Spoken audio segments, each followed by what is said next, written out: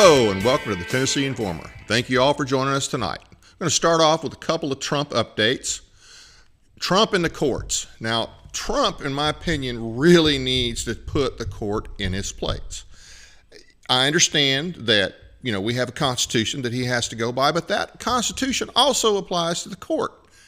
And it seems, we know that they're mostly lefties, and they mostly want to stop him from doing what he was elected to do.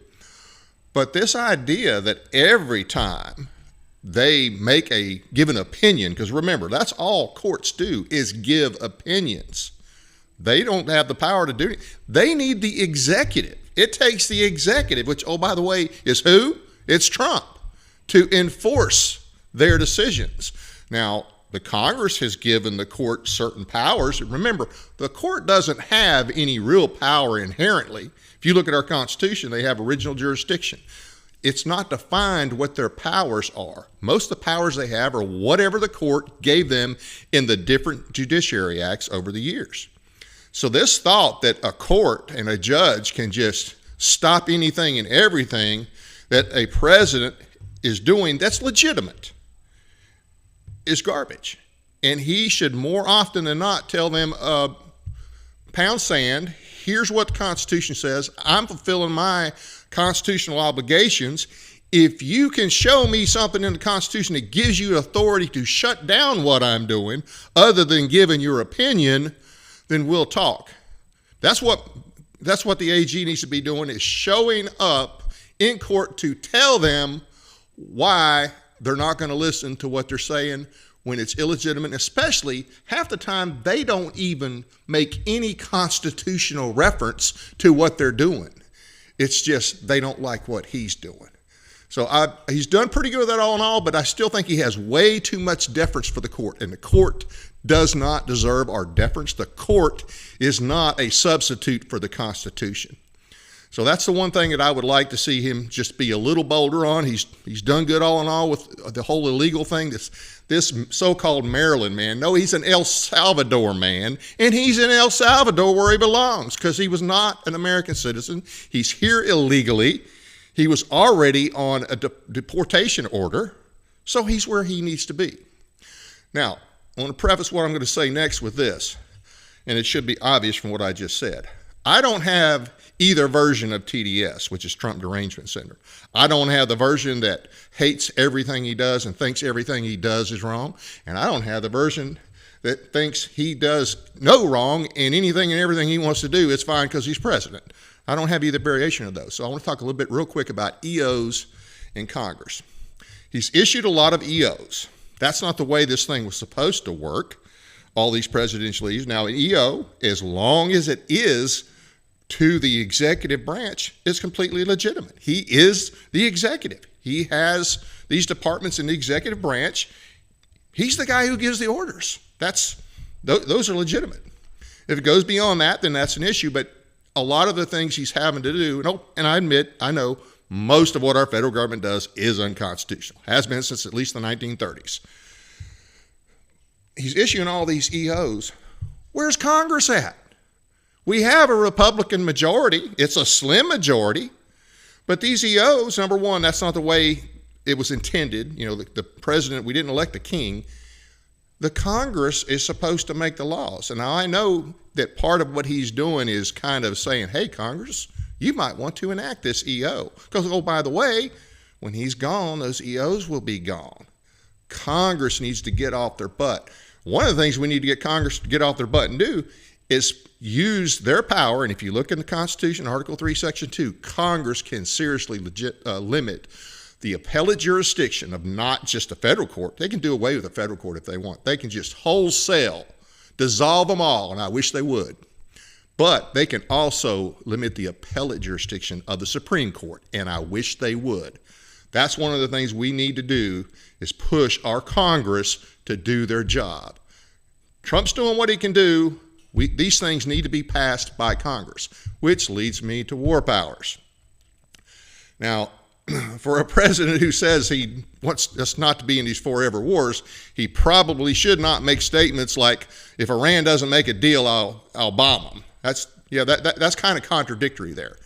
We don't want our presidents getting us in conflicts. Now, I'm no fan of Iran. I thought we should have bombed them 40 years ago. They blew up all those Marines in 1983. Iran had took our prisoners 4 years before that, took our American citizens hostage for a year and a half, 4 years prior to that. All through the 80s, they did all kinds. We should have made them glass a long time ago, but we didn't.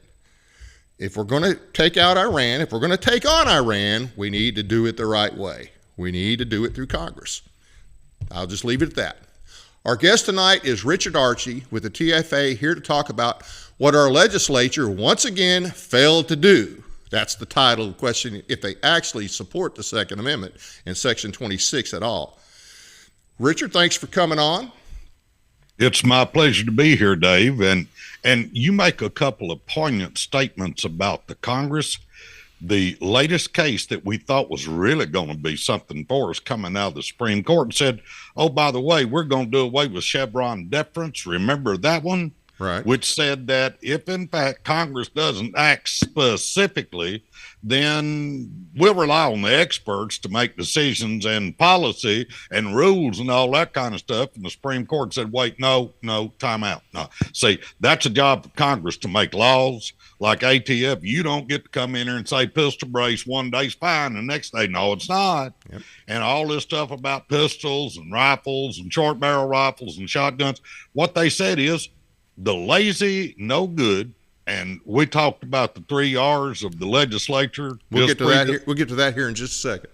Yeah. And so that's what we've got on a federal level, because if they were doing their job, we wouldn't have to be talking about the overreach of the unelected bureaucrats, which, to my way of thinking, even in Tennessee, is one of the strongest reasons that we should make sure that our legislators fully understand what the Constitution requires of them and that they're versed in what it says. And we've got a real lack in both of those. And it was patently obvious this year in what didn't happen at the General Assembly. Absolutely. So now I want to talk about the 3 R's in our Tennessee legislature. And when I mention the 3 R's in our Tennessee legislature, our Republican supermajority, what I mean is rhinos, reptiles, and reprobates, because that's pretty much what we have in our state GOP. The 3 R's didn't do anything to help secure our right to keep and bear arms this year, now did they? No, they did not. In fact, they were obtuse, so to speak, and they did everything they could to make sure, because what they do is they allow different unelected bureaucrats to come in and sit. And the first time that I saw it, they had 5 of them at the dais talking about the ability of a lawful citizen to use a firearm to protect his property. And they just were having baby ducks about that whole thing. Oh, no, you can't do that. It's terrible. It's awful. But then you turn around, and when questioned by Brent Taylor, the chairperson or the spokesman for the District Attorney General's conference, said, oh, no, it's okay. You can do that. You can use a long gun to protect your property. What you got to be sure is that you've got a district attorney that sees it the same way you do. So now we don't have a series of laws for the state of Tennessee. We've got a set of laws for how many ever jurisdictional districts we've got. I know that there are probably as many as there are senators, so you got to figure, and I should have looked it up for tonight, but I've just been cotton picking busy trying to put videos together that I haven't had the time to do the research on that. But across the board, if you go to Memphis and you use a firearm down there, do you think you're going to have a DA that's going to say, oh, it's all right, you go right ahead? Or maybe Nashville, Glenn Funk over there. No, I don't think either he or Steve Mulroy are going to be okay with you using a long gun to protect your property. And so that is a misstatement by the head guy for the District Attorney General's conference when he said, that's all right. And Brent Taylor kept trying to ask him. He said, no, what's the law say? And he said, well, it's we've got this deference situation going on with the DAs. And he never did answer the question. And that's the problem. We know that the Constitution is simply a contract amongst the people. The government is not a party to that, okay? And so it's amongst the people. And what it is, it's a set of written hiring practices for the servants that we need to operate government for us. They need to understand that they are not kings. They are basically servants. And what we're getting right now is they're telling us what we've got to do in everything from education to where we can carry a gun, if we can carry a gun, all that kind of noise is going on. And that's not what the Constitution says. It is real simple when it said a well-regulated militia being necessary to the security of a free state, the right of the people to keep and bear arms shall not be infringed. That's the only time those 4 words are put together in a document anywhere. And they should pay heed to that, because each one of these individuals who takes a position of profit or trust in the state of Tennessee, whether they're elected or appointed, must, before they proceed to business, take an oath to protect and defend the constitutions of this state and of the United States, and also an oath. And I've been diligently searching to see if I can find out what the oath of the legislative director for the Department of Safety is. And I would hazard a guess that it has to be the same thing pretty much that I found the director of the TBIs the other day. And of course, that's the cat that last year said, "Oh, you're talking about long guns? Well, if you want to carry them, then the Second Amendment only protects muskets." And that's what we've got for the head man. He's the top cop in the state of Tennessee. That's a scary thought. It really, truly is. And I mean, Gino Bolso did a great job of questioning him on this. Wouldn't you agree that if, in fact, we're allowed to? And by the way, let's go back and look at Andrews v. State. They're talking in 1871, after they changed the Constitution of the state of Tennessee, to say that it's a crime to carry any firearm for any reason, any time, any place. Okay, that's what we've got in Tennessee. It is a crime for any person to carry any firearm, any place, at any time, for any reason, including your own home. But that's not what the Constitution said. That's the law they wrote based on the changed Constitution. Yes, that is correct. That intent to go armed clause in 39, 17, 1307A1. It's an offense to carry a firearm or a club with the intent to go armed. Now, my question has always been, and I guess the people are getting tired of me saying it, but what kind of idiot puts a gun in a holster and slides it in his belt and didn't intend to go armed when he left the house? I'm sorry, but that is just so far beyond the pale that it aggravates me every time I hear it or read it, and that's a bunch, because I stay up to date on that thing. By the way, we have a lawsuit coming up for oral arguments this Wednesday in Jackson, Tennessee. The Hughes et al. V. Bill Lee et al. Case, which the main thrust of this is they say that state parks are sensitive places. And so therefore, since when? They're holding since Rahimi.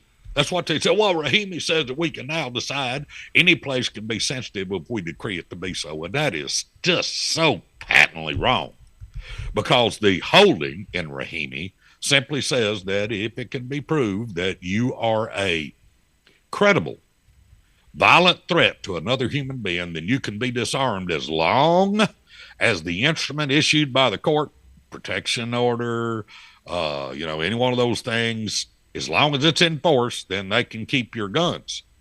Once that goes out, then they got to give you your guns back. And here's the good thing about that. You've seen in the last week, Pam Bondi. Now, Donald Trump may not be going out there and taking a hammer and hitting the ATF in the head with it. He's letting Pam Bondi do it. They fired the three top people in that organization. And then they sent Kash Patel over to run it for a little while, which was just absolutely wonderful. And now that we've got a Solicitor General that's been approved, we're waiting on the cotton-picking Senate to get the right people, the D.C. attorney, so that they can get started on this stuff. But the Senate and the House have been on vacation. Why aren't they at work? Aren't they supposed to be doing the Trump agenda right now? Being we've got a majority of Republicans in the House and in the Senate, they could be taking what the Supreme Court said in the case that they just decided, Loper Bright, that says, no, they don't get to make these rules up, and Congress has got to pass law. They could be passing laws right and left right now and straightening this noise out, just like they could in Tennessee. But guess what they don't do? They don't pick up the mail and carry it. Their water bucket has got a hole in it, and they're not carrying any water for us. Yeah, 4 months. 4 months, and what have they done? Nothing. And so here we are again this week. They've taken up. And I didn't hear anything today. Did you hear any noise coming out of Washington? I didn't see anything. And the more I deal with them, the more certain I am that they intend to wait out Trump's first 2 years, hoping that they will lose the majority in the House. And that way they can say, oh, well, now we need your money so that we can go fight the Democrats. Yeah.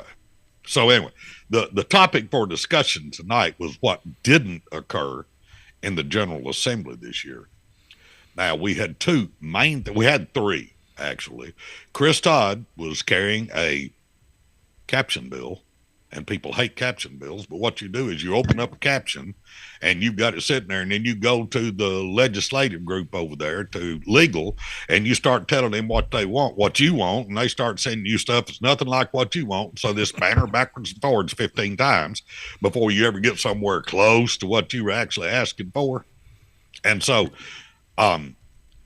what he wanted to do was to do away with the intent to go armed. And they just, TBI, Sheriff's Association, no, we can't do this. Now, all of these are people who serve at our pleasure, right? That's what the TBI is, an unelected bureaucracy that's appointed by the governor. They work it. They'll say, no, we're totally autonomous. Well, if he don't like you, he can send you home. Does that make you autonomous? Last time I worked for a boss that said, hey, you straighten up or I'm fixing to fire you, that didn't mean that I could do whatever I wanted to. It kind of meant that I had to play ball. I think that's what Ron Ramsey said when he got rid of Mae Breeder. He says, well, she just doesn't know how to play ball. Well, so if you don't know how to play ball with your boss, you don't get to stay in that position. So what happened to her as chairperson of the Senate Judiciary Committee. Yeah. And then they put that cull in there from Memphis. Yeah. But anyway, that's a whole nother story. We could do a whole show on that. Yeah. So anyway, what we've got this year is that they never let Chris Todd get the bill written because it was backwards and forwards and backwards and forwards. Well, we're talking about the fact that if you've had 2 DUIs in 10 years, you can't carry a gun. And so these people might be able to if we pass this. Okay, here's the thing.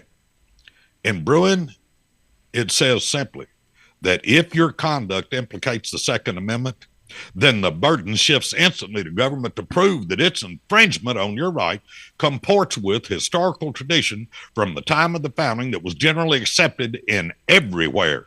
Okay? Had a conversation with an individual that will go nameless at this point, but you can probably guess who it was. He's a great big dude with no hair. And he works for one of those 3-letter agencies up there. And he said, where does it say something about 7 out of 13? Because I said, if you don't have 7 out of 13 states that say it was a crime to carry a firearm at the time of the founding in 1791, you can't do it now. And that's correct. That's the way it reads, because generally accepted means you got to have more than less, right? And Benz, there were 13 states when they started this noise in 1791. That means you divide 13 by 2, that's 6.5. So 7 is more than half, and that's what it takes to get something done. So if you can't find 7 states that said it was a crime for you to carry a firearm in 1791, how do they propose to say that they've got the power to do it now? Good question. That falls, as far as I'm concerned, way away from what Bruin has given. And by the way, you need to understand, when Bruin gives an instruction, it's to the lower courts and to legislators across this great nation, federal and state, because in 2010, the Supreme Court of the United States incorporated, and you and I have talked about this, you didn't like it, but it's the tool we've got at the moment. They incorporated the Second Amendment against the states through the Due Process Clause of the 14th Amendment. And they just simply said, hey, when everybody ratified the 14th Amendment, they re-ratified the original first 10 because they were talking about the rights of the freed black slaves. And so what they said was every right that you had prior to as a white man in the United States now belongs to the black man who's been freed. And so what they said in McDonald is we re-ratified the Second Amendment when we ratified the 14th. And that's, if they'll read their court cases, I put a post up yesterday on Facebook, and it talked about the fact that out of the 99 House members and 33 Senate members, we only had 2 people who actually paid and showed up at our Tennessee Firearms Foundation event at John Rich's house. Now, everybody that's a conservative in the state of Tennessee just loves John Rich. He's out there all the time doing good work. He don't want your kids to be taken over by the internet. And so he does a podcast and millions of views. People all over, well, I didn't have any idea this was going on. I've got to change that. And they start doing things different with their children. He's out, and he ain't getting paid for none of it. He's just a good, solid conservative man. He's an original Texan. And so they don't take a bunch of guff. But we had this event at his house, and we sent invitations to every legislator. Every one of them got an invitation, and 2 showed up. Now, I had an individual this morning going, well, I had a Lincoln Day dinner and I couldn't make it, but why don't you stop by my office and let's talk about the Second Amendment? And I'm going, I remember watching you take your oath. I promise that I will vote without favor, affection, partiality, and prejudice, and will not propose or assent to any bill, vote, resolution, or thing whatever, which would appear injurious to the people's ability to enjoy the rights and privileges enumerated in the Constitution. If you don't know what those are, what are you doing sitting in that seat? Isn't it kind of endemic on you to study that? I can't tell you how many times I've spoken to legislators before now and would start talking about the fact, well, John Sevier wouldn't like this. They go, who's that? Now, these are legislators who don't know who Nola Chucky Jack was, the first governor of the state of Tennessee, and the fact that he picked up his personal rifle and got his buddies, and then he mortgaged his farm so that he could pay for it, the bacon and the beans, to march over the mountains, over the Alleghanies over there to find Bulldog Ferguson and shoot him off his horse. And then they turned around and went home because they were simply men who wanted to be left alone. But they understood that if a tyrannical government is opposed to your liberty, the only thing that you can do is to take matters into your own hands. And the only thing they understand is force. And so the heroes of Tennessee marched out. And I mean, even Thomas Jefferson said it was the turn of the tide of the war. Up until that point, we hadn't had many wins, but they had a bunch of old rednecks from over what became Tennessee at that point. And they marched over the mountain, and the British said they were worse than savages. The Indians had nothing on them. They came up the hill screaming and carried on and shooting and cutting and they won. That was the whole point, was to win, right? And so they used force.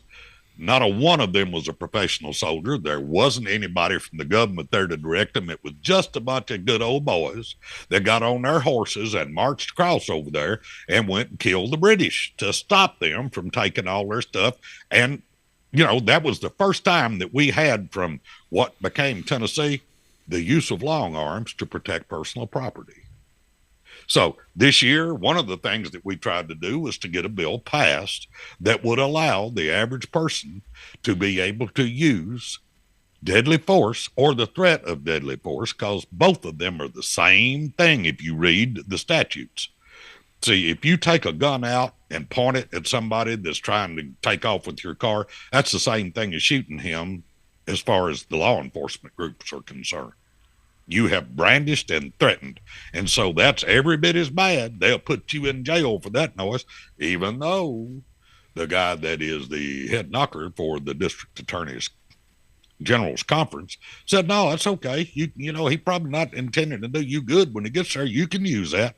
You don't need to listen to that tripe because it'll put you in jail. So we went up there. This is the third time we've tried this.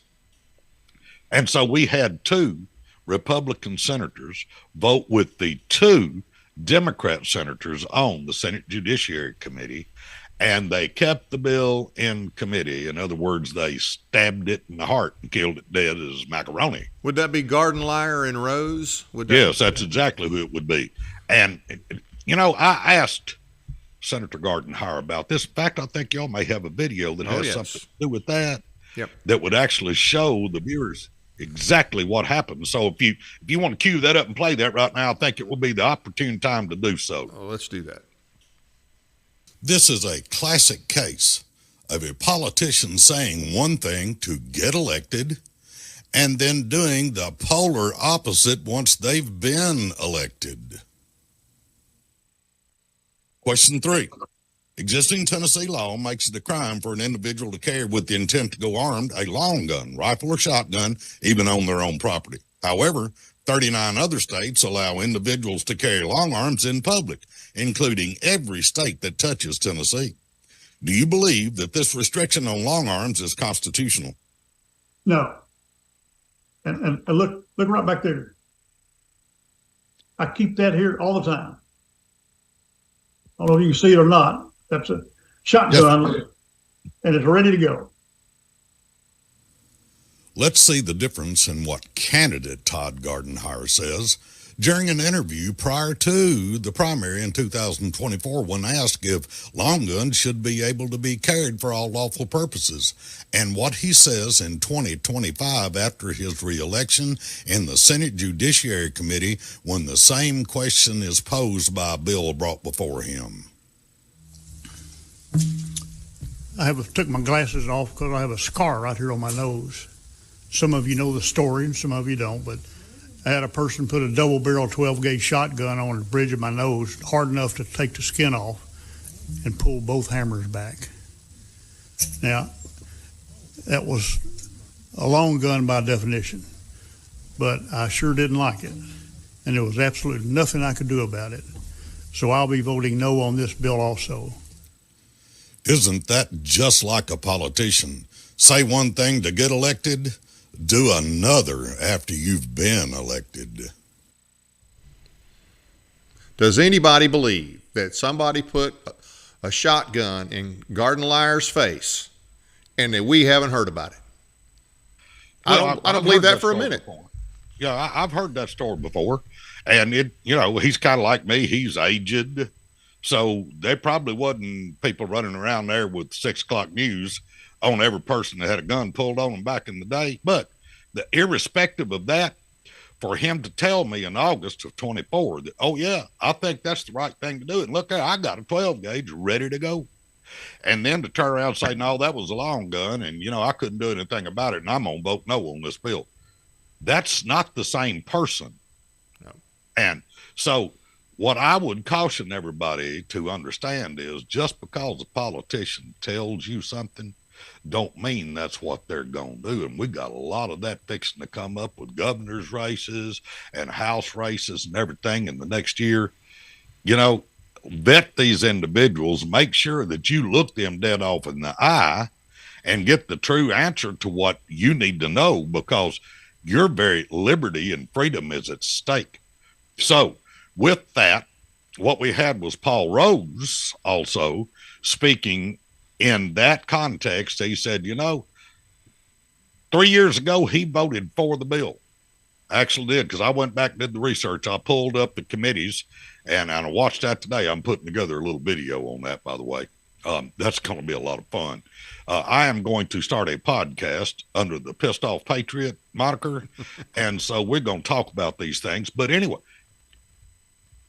Paul Rose voted for that bill, then this year turned around and said, no, I just can't see shooting a man in the back. Well, if he's toting your daughter off, do you think you might want to shoot him someplace where you can stop him?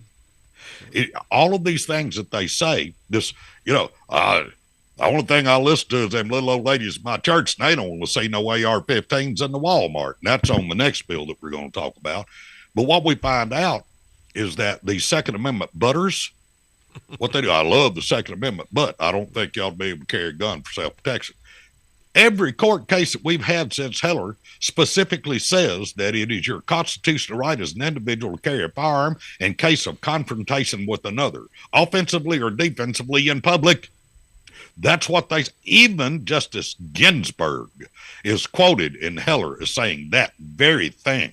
You need to be able to keep it on your person, in your clothes, in a pocket, because you might need it, is exactly what she said. Why aren't our legislators reading what the Supreme Court has given them as instruction? I remember when the head of the TBI was talking, he said, the Supreme Court gives us guidance, and that guidance what we use. They say that, it's not right for you to carry any weapon, anytime, any place, for any reason. Yeah, it does say that. And what it says behind that, and we also say that you shouldn't carry dangerous and unusual weapons. Now, then they go on to define what dangerous and unusual are, those that are not in common use. So, Dave, I'll ask this question of you. Do you have any idea what the most owned rifle in the United States is today? I'll take a wild guess and say AR-15. You would be correct. There are, last time I looked at this from a reputable source, said there were somewhere in the neighborhood of 29 million AR-15s in private hands. That doesn't count the A4s that all the police departments carry because you bought them for them. Those are select fire, fully automatic weapons that you can't own, but they can. Mm-hmm. If you do the research, the only time I've ever seen a legally used machine gun used for a criminal situation was a police officer that shot his wife's lover. Huh. And he was using a department issued M16. Wasn't tracking that one. Yeah. All these different people that own them, of course, right now they cost you about $30,000 for you to buy. And when they wear out, you can't repair them, you can't fix them. So you just got them as long as they'll still go fun switch, you know. Yeah. But the police can buy anything that's made new. You know, you can buy an MP4 right now for about $700, where it's $30,000 if you want to buy a wore out ragged AR-15 or M16. So, and by the way, if you go back and read Heller, what Scalia said in that, he said, you know, bordering on the frivolous is the way he started that first sentence. Individuals that say that only those weapons that were in use at the time of the founding are protected by the Second Amendment. We don't protect First Amendment rights that way, and we don't protect Fourth Amendment rights that way, and we're not going to protect this one. The Constitution was written for the ages, and whatever it said and what it meant at the time of the ratification is what it is today. Now, if people would just simply listen to Scalia, we would be far better off. But they don't. They try to obfuscate, and they try to go in there and read just little pieces of it where they'll say, you know, you can't carry any weapon for any reason at any time. But they don't read all the way through, except that you can carry those weapons which are in common use and useful in war. He goes on to say that if M16s and the like can be banned, then the Second Amendment's operative clause is disjointed from the prefatory clause. It means nothing. And that's not how we intended it, how the founders intended it. So what I had an individual sitting at a table 3 weeks ago tell me that I misread Bruin. And it was all I could do to keep my composure. And I said, no, I don't think I do. If anybody has studied that document, it's me. Because I know exactly what it says, that if your conduct implicates the Second Amendment, then the burden belongs to you as government, not to me. Because if, in fact, I'm doing something that was allowed in 1791, you have no power. And by the way, government has no rights. Everybody up there at the legislature keeps saying, well, we as legislators have got a right to regulate firearms. No, you don't. It says you got a power. It says you have a power by law. If you'll actually read Article 1, Section 26 that was ginned up and shoved on us, 4 years after we rejoined the Union, by the way, all the rest of the southern states that had left got a military governor, and they had to send in their new constitution to be voted on by Congress before they were allowed in. Andrew Johnson, who was president at the time, cut a special deal for Tennessee, and all we had to do was ratify the 14th Amendment, and then we got to take 4 years to redo our constitution from the time we went back in. And so, therefore, we were able to make sure that we could disenfranchise the freed black slaves to make sure that they didn't have firearms at their disposal to withstand the Night Riders and the KKK. And they talk about that at length in the Bruin case. And anybody who hasn't read that doesn't know that what they do is they kind of go state by state and talk about the terrible stuff that people did, including Tennessee, to the freed black slaves. At the end of the Civil War, after the 14th Amendment was passed, they had to come out with the Freedmen's Bureau next. They just had to keep doing stuff to get those rights for the people. And by the way, we still have the same law on our books today that they passed in 1870. It is still a crime to carry a firearm anywhere for any reason at any time, including your own home. And people who don't get that's got soft spots in their head. So I'm running on a little bit, but I think it's necessary that people understand the chronology of this thing. Even the Heller decision points out in Andrews v. State, them rapscallions in Tennessee changed their Article 1, Section 26 and made it a crime to carry a gun. But their Supreme Court the year later said, no, you can't do that. That's not constitutional. And that was even after we admitted, and they did, that it was still lawful for everybody to carry a long gun. And they didn't make that a crime until 1989, which brings us to the second piece of legislation that we really tried hard to get done this year. Rusty Grills carried this for the second time. He carried it for the first time 3 years ago, and then Monty Fritz carried it last year, and it got killed by the same bunch of reprobates that you mentioned. And so what it shows is that they have no intention of allowing what should be under our Constitution and through what the Supreme Court has said we're required to do, which is to not infringe the people's right to keep and bear arms. There are three different things that you need arms for, and it is just so obvious that it takes a congenital idiot not to understand it. But you can use a firearm in confrontation with a criminal, either inside your home or outside your home. You can use a firearm and need one if you're under invasion as a state or nation. Now, think about this. Go back to 1814 when the British came back in here and they had the Red Sticks running up into Tennessee stealing all our pigs. And so Willie Blount, who was the governor at that time, stood on the courthouse steps in Nashville and he said, I need 2,500 people to go with Colonel Jackson down into Alabama and to make them stop that stuff. And about 5,000 showed up. Where we got our name, the volunteer state, by the way, had nothing to do with the Texas War or that bunch of thugs at Knoxville that played football. That's not where it came from, okay? What we did was we got together a group of individuals who were volunteers, and we marched all the way to Horseshoe Bend in Alabama, and we shot the Red Sticks and killed them and made them stop. And then we turned around from there and marched over to New Orleans to the field of Chalmette and met Wellington's best disembarking from the ships trying to come up and cut the United States in half again. And so we shot them and sent them home. And it was all volunteers from Tennessee. Where do you find those people now? They're certainly not in our legislature. No. And they don't know that it occurred, or if they do, they don't want to admit it. So, that bill. Let me just say something on this. It's in reference to the Second Amendment, Section 26 of the state constitution. Before 1870, you just said you had a right to keep and bear arms.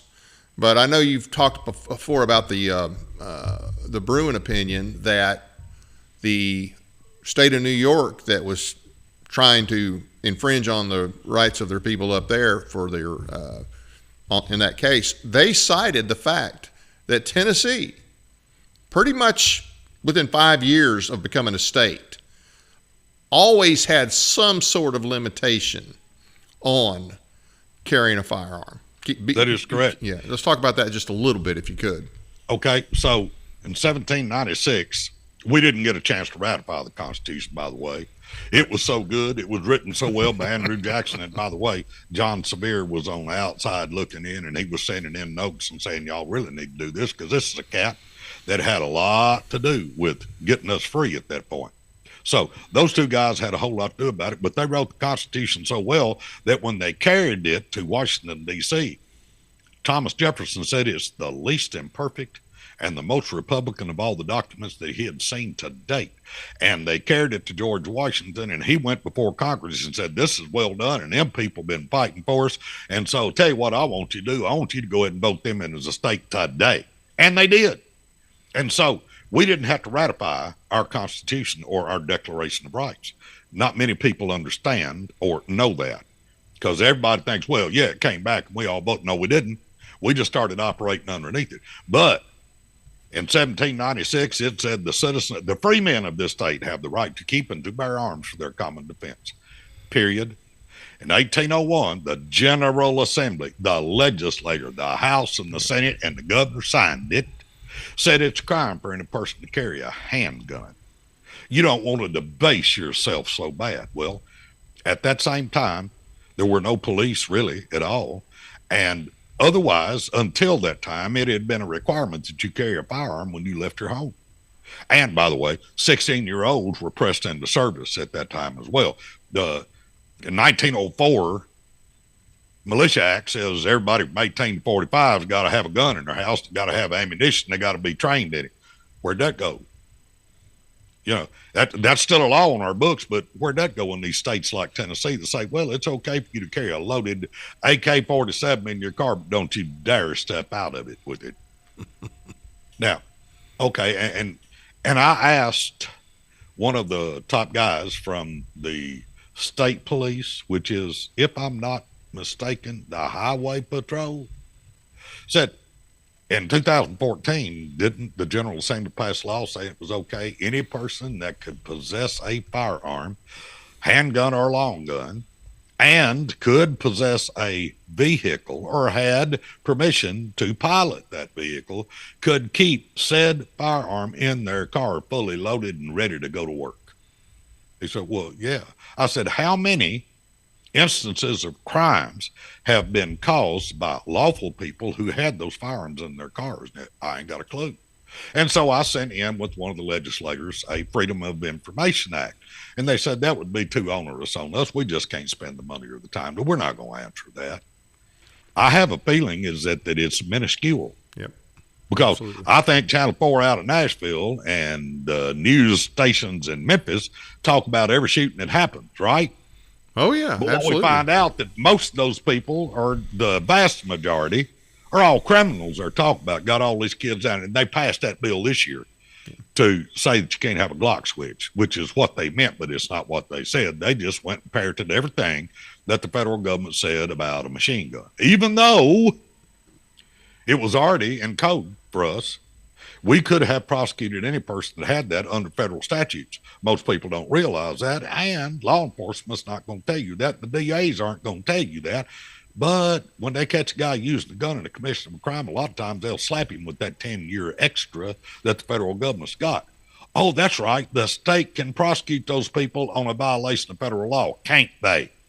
Yes, that's the answer. So across the board, what they did with 1903 this year was just playing to the crowd. And I have a feeling that it had more to do with the Safer Tennessee group than it did for people who actually support and defend the Second Amendment of the state. Yeah.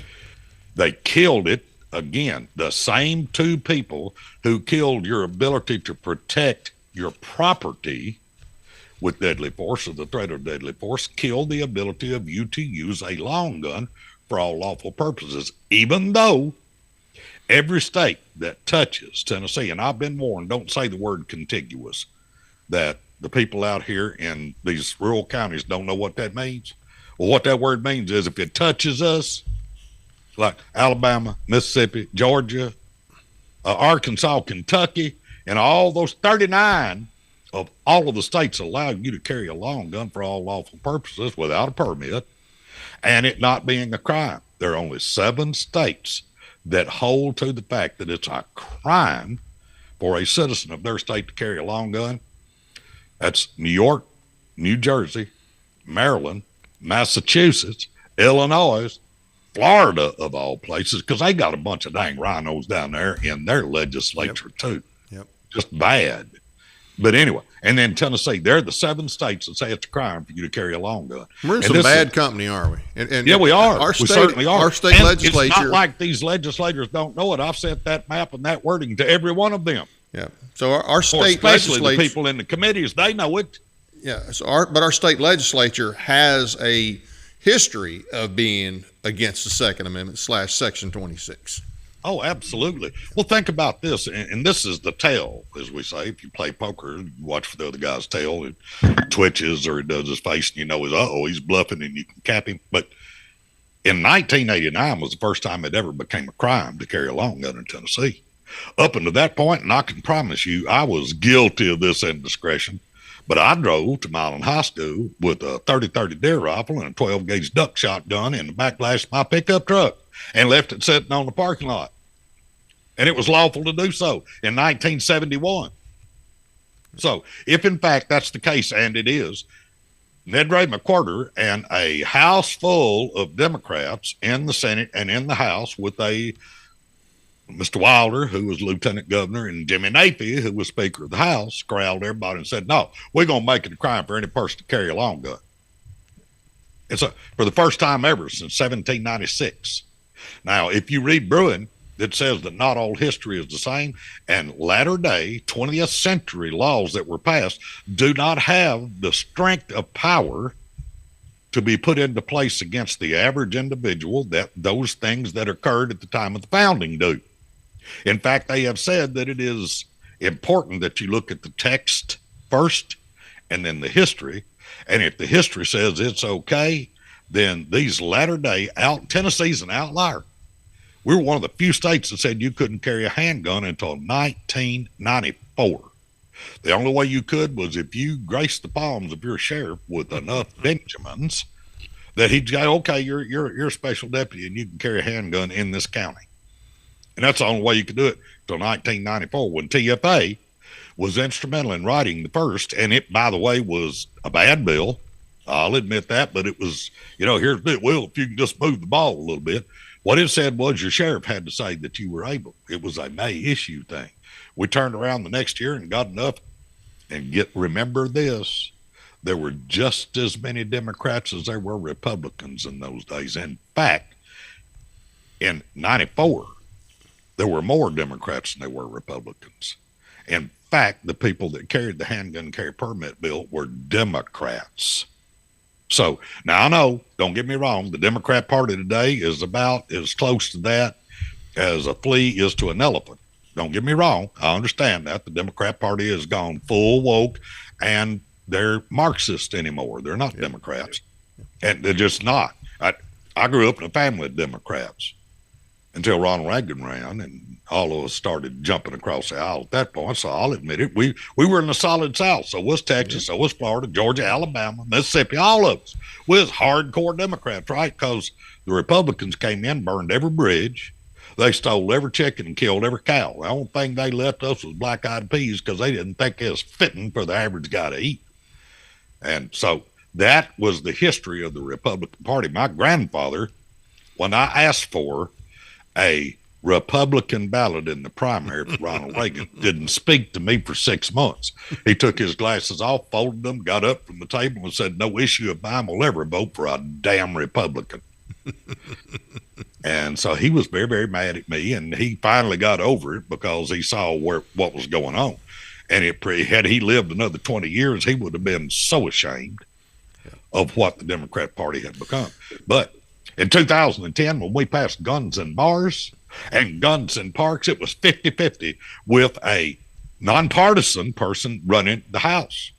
Kent Williams had his Republican bona fides removed because he voted with the Democrats to take the speaker's position away from Jason Mumpire. And so for those 2 years, we had a 50-50 with a guy that wasn't a Republican, and we passed probably the two biggest, most important bills that have been passed in Tennessee in the last 50 years.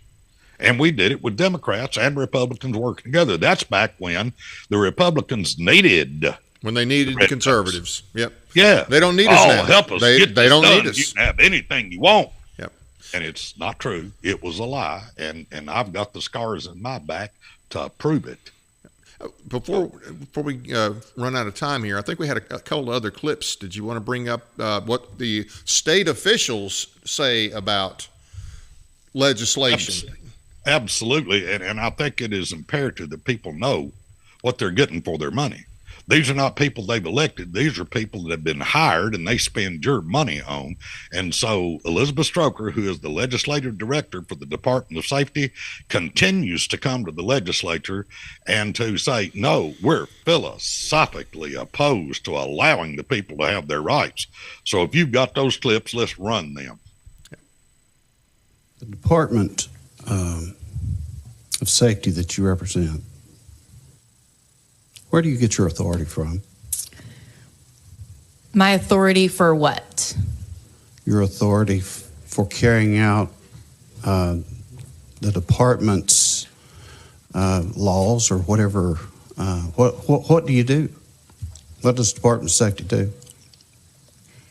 Well, the Department of Safety, our mission is to serve, secure, and protect the Tennesseans of Tennessee. My job specifically, I am the legislative director. I am tasked with reading all bills that are filed, determining how they may impact the department, and then conversing with this body on how they would impact the department. I'm also an attorney, a licensed attorney, and I am an attorney for our department as well. So that is within my job function.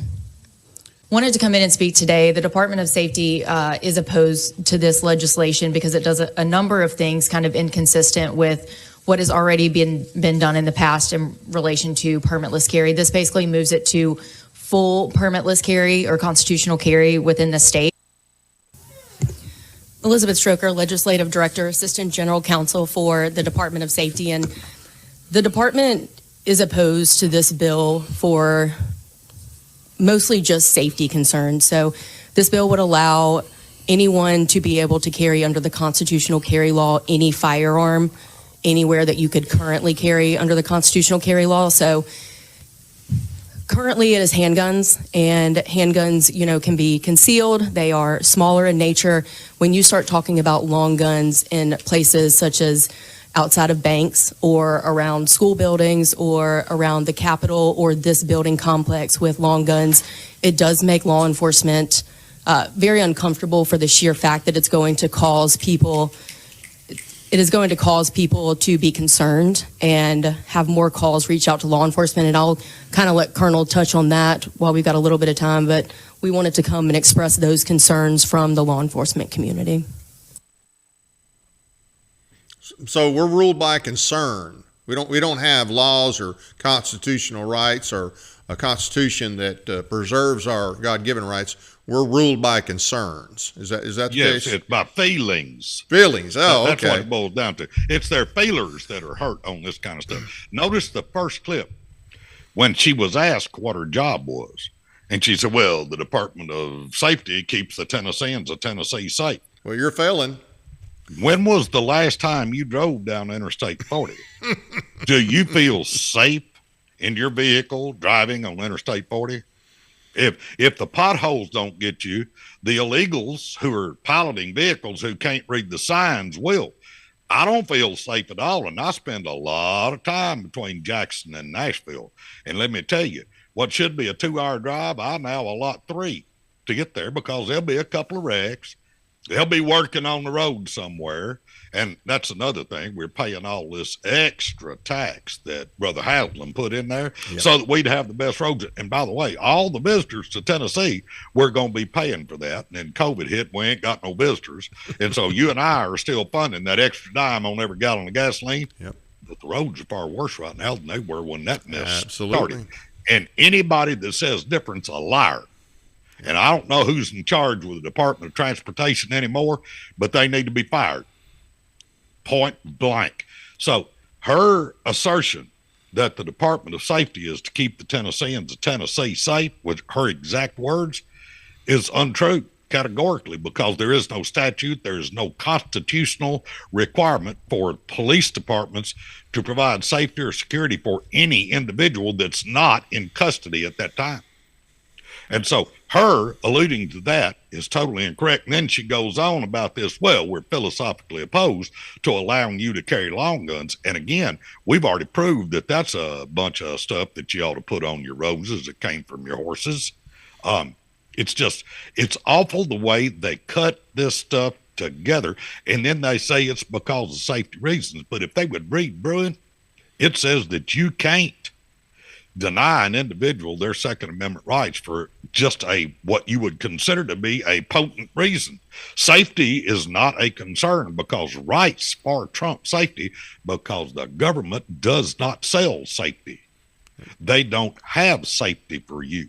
None of it. That protect and serve you see on the side of police cars is marketing, because even if a police officer sees a crime being committed in his presence, he is not required statutorily or constitutionally to insert himself, because his job is to keep general order, to defray riots, and to arrest lawbreakers when somebody else, and that's going to be that group we was talking about earlier that can't make their mind up whether it's okay or not to use a firearm to protect your property.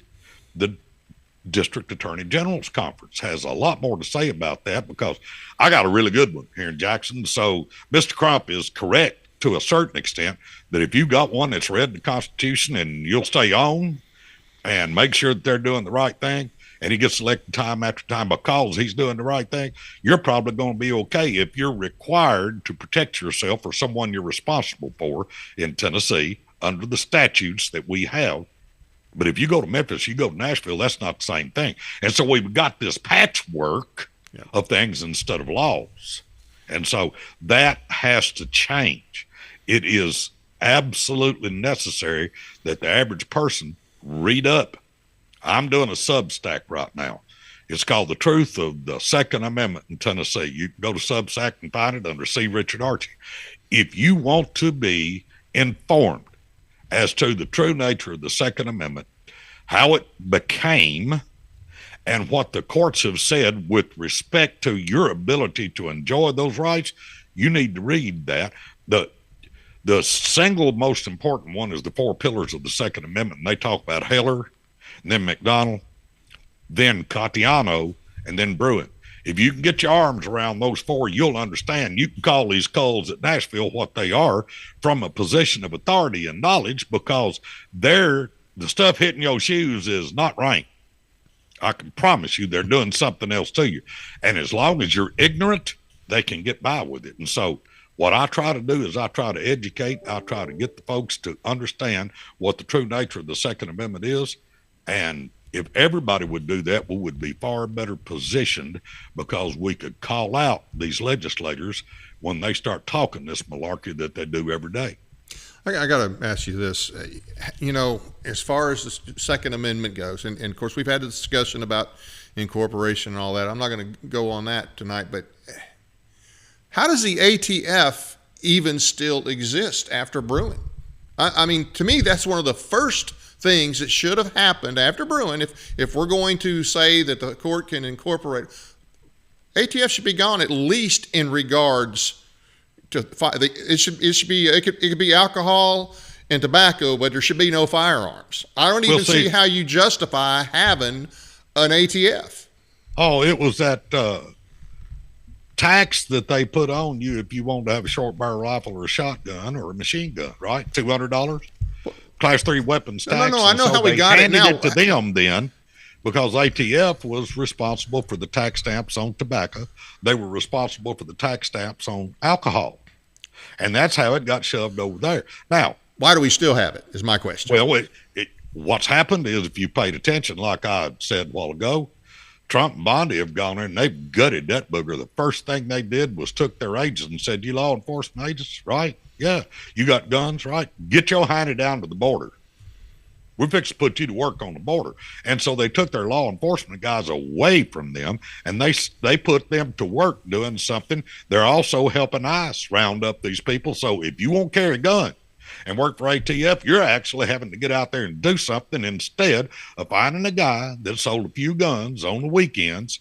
And instead of picking him up on the way to his office in the morning, you had to kick his door at 5 o'clock in the morning, come screaming down the hall and shoot him dead in front of his wife and children. Well, I get that Trump administration is making better use of them than in the past, but my point is, based on Bruin, there should be no ATF. There could be an AT, but not an ATF.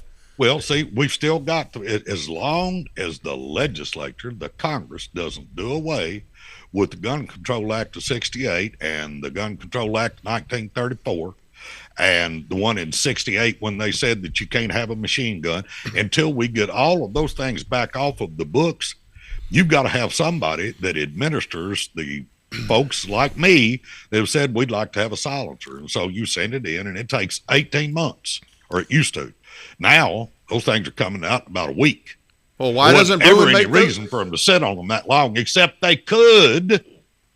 And so what Trump's done is he said, no, here, we're going to keep them at their offices over in West Virginia, and we're going to make them go through these requests for special items, and we're going to collect that $200 tax stamp. We're going to make sure it's a pretty quick turnaround. And used to, if you did it in a trust, it took you 5 times as long. Now it's the same thing. They have really cleaned up. They got rid of the top lady who was their lawyer. They got rid of the next 2 guys that were actually running it. And so now they got a man in there who understands what the Second Amendment is, and you're going to see big changes in ATF and what they do. I really do feel that way. If, in fact, we could get them Coles that are legislators to pass a few laws so that they weren't all depending on these rules. Department of Safety in Tennessee is still promulgating rules. I went up and testified on one of them where they said, we understand that a federal court issued an order to the state of Tennessee that 18-year-olds can be made to carry a firearm to protect the republic, so we're going to allow them to carry a handgun to protect themselves. And that order was agreed to by the brand new Attorney General of the state of Tennessee, Jonathan Scammetti. In fact, he said the challenged scheme of Tennessee denying 18-year-olds the ability to carry a handgun or to perfect a permit to do the same is a violation of the 2nd and 14th Amendment. Now, if your Attorney General said that, don't you think you ought to be able to? Bill Lee passed this deal called constitutional carry, and it's all about handguns because it don't include nothing about long guns, does it? No. So here, when they got ready to promulgate this rule, the Department of Safety came back and said, well, even though the courts gave us that 2 years ago, we've not seen anything coming from the General Assembly, and so we're going to promulgate a rule and say we're just going to keep enforcing what our statutes say. We don't care what that federal judge said. And I got wind of that, and so I loaded up and drug my tired old sciatic nerve hiney up to Nashville and testified in that thing. And every Republican but two in that committee voted to uphold the ability of the Department of Safety to promulgate that rule. Now, they had an administration bill that came out once we raised the issue that said, oh, by the way, if you want to perfect an enhanced carry permit at the age of 18, we're going to let you do that. But that's not what the court order said. It said under 1351, under 1366, and under 1307G. It says it right there in the wording of it. But no, we're just not going to do that because we're the General Assembly and we can do what we want. You have to understand, a state senator sent this to a friend of mine this year after there was some back and forth over the education bill, and he told him quite frankly, he said, we get to do whatever we want to. We can act sus sponte, which means if you look up the Latin on that, the king, it's good to be the king. He can do whatever he wants to. He don't have to talk to the serfs. They can pass any rule they want to. They can do anything they want. They can take your tax. They can take your money, and they can go ahead and subsidize people who are already in private school. But they can subsidize the rich over here, the poor's tax money, to make sure that they don't pay as much to go to private school as they did before. We'll only let 1.2% of the total population of students be available for that, but we're going to do it. And what we'll do is we'll start this thing out. And so in the conversation my friend was having with this senator, he said, no, we can do this because you have to look at Article 11, Section 11, or Article 10, Section 11, that says we get to administer the resources of the state. That's the way they're reading that instead of saying, oh, that's the gravel and the water and the timber. They're saying that our students are now our resources, and so therefore they, the legislature, can decide how that happens, who it happens to, when it happens, and how much it happens. And that's what we've got in our legislature right now. And they skip people who act and they completely ignore the Declaration of Rights that's in the front of the Constitution. All those things are supposed to be off limits to the government, period. I want to go back I want to go back to this ATF thing, though. Here's my point. If the Supreme Court can give an opinion and it's supposed to impact state law, then how is it? I still don't understand how it is that we have to wait on Congress for things like the ATF to be unconstitutional. Because if the court is issuing something and states are supposed to comply, and you know me and you don't necessarily agree on this whole incorporation garbage, okay? But that's what it is right now. I got it. I understand I'm a radical minority on this, but if you're going to tell me states have to jump, then how? Because when you say incorporation because of the 14th, you know what that really means? At least it means this. When it was passed originally, it meant all those things that the white citizens were protected from the federal government. All the restrictions on the federal government to the white citizens, when the 14th passed, then that means that all those restrictions that the whites enjoy, protections from the federal government, not the federal government administering the protections, but the restrictions on them, they now belonged to the freed slaves. That's to me incorporation, not that the federal government gets to decide. I understand that's the way they're playing the game, but I don't understand how you can even still have an ATF after Bruin if Bruin is supposed to knock down every state ordinance that doesn't comply, but we still have an ATF.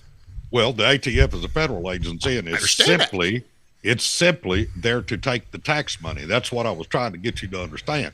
When they first started, when they put it over with ATF and took it out of the Department of Justice, which is where firearm stuff was, but when the legislature passed that law and said, oh, you can't have short barrel shotguns, you can't have short barrel rifles, and you can't have machine guns unless you pay the tax. They created a tax entity, and that's when the ATF came in, because they said, okay, we're doing the same thing with tobacco. We're not going to let you grow it and sell it. We're going to tax it. I got how they got here. We're not going to let you make whiskey out here. We'll shoot you if you do that, and so we're going to tax it. And so the ATF was promulgated by the legislature to take care of the tax money. They were never supposed to be law enforcement. They were supposed to be pencil pushers and paper pushers and make sure the tax got paid. And then they were going to alert the Department of Justice if, in fact, they saw something going on that was illegal. I understand how we got it done. It's like IRS. Hey, let's look at it. IRS has got how much ammunition and how many M16 rifles. What does IRS need all that for? They were weaponized against the people by the government. And so that's what ATF is being stripped back to its original purpose. And I really don't have a bad problem with that. If all they do is make sure that the tax stamp gets issued, it ought to be like a duck stamp. Well, wait a minute. If you get ready to go duck hunting, you walk into the post office and you got your shotgun in the truck. You got a 10 gauge with the most powerful ammunition that you can put in a firearm in the United States. And you can walk into the post office and for $25, $30, whatever it is now, buy a duck stamp, go out there and use it that day. Why are you waiting 18 months? Yeah. Well, hey, Richard, I'm running out of time here, but I want to close with this. I want this question. We're in 1791, when the Second Amendment was passed, did we have to pay a tax on the weapons? No. Did we? Okay, so if we're going to go by Bruin, then there's no justification for the F part of the ATF. That's correct. I will agree with that. And by the way, let's further that. They didn't say you couldn't make them at home either, because that's what people did. Absolutely. And they didn't have any serial numbers on them either. Oh, yeah, absolutely. Well, hey, there was no serial numbers in 1791 because the government wanted you carrying guns. They took people out of prison in New Orleans and that battle down there and said, hey, we'll give you a rifle and put you on front line. We'll absolve you of all your crimes if you just go fight for us. And so there's a total different look at this today, because what we've got is government wanting to be the answer for everything. Oh, yeah, and too many people want them to be the answer. That's a big problem. Hey, closing thoughts real quick, because I'm going to have to roll here, unfortunately. All right, well, here's the thing. Read the Substack, pay attention to TFA's website. We're going to be rolling out more videos. And make sure that you honor your Article 1, Section 23 obligation under the Tennessee Constitution to instruct your cotton-picking representatives. Absolutely. Hey, thanks for coming on, Richard, and thanks for all you do. I really appreciate it. I appreciate the opportunity, and I'll be back. All right, take care. Got a quick quick announcement for you. Johnson County GOP presents Foundations of the American Republic. It's a 3-part event. It's inalienable rights, unalienable right, scope of the government, states, rights of nullification. This is all presented by Jeff Cobble. He's a lawyer. He's a well-respected constitutional attorney in Tennessee. This will be Saturday, May 3rd, 2025, 9 to 2. There's going to be a light lunch available, and this is going to be at the JC Public Library meeting room. There's no charge to attend. It's at 219 North Church Street, Mountain City, Tennessee. You can call 423-727-6544. The class is designed for all citizens.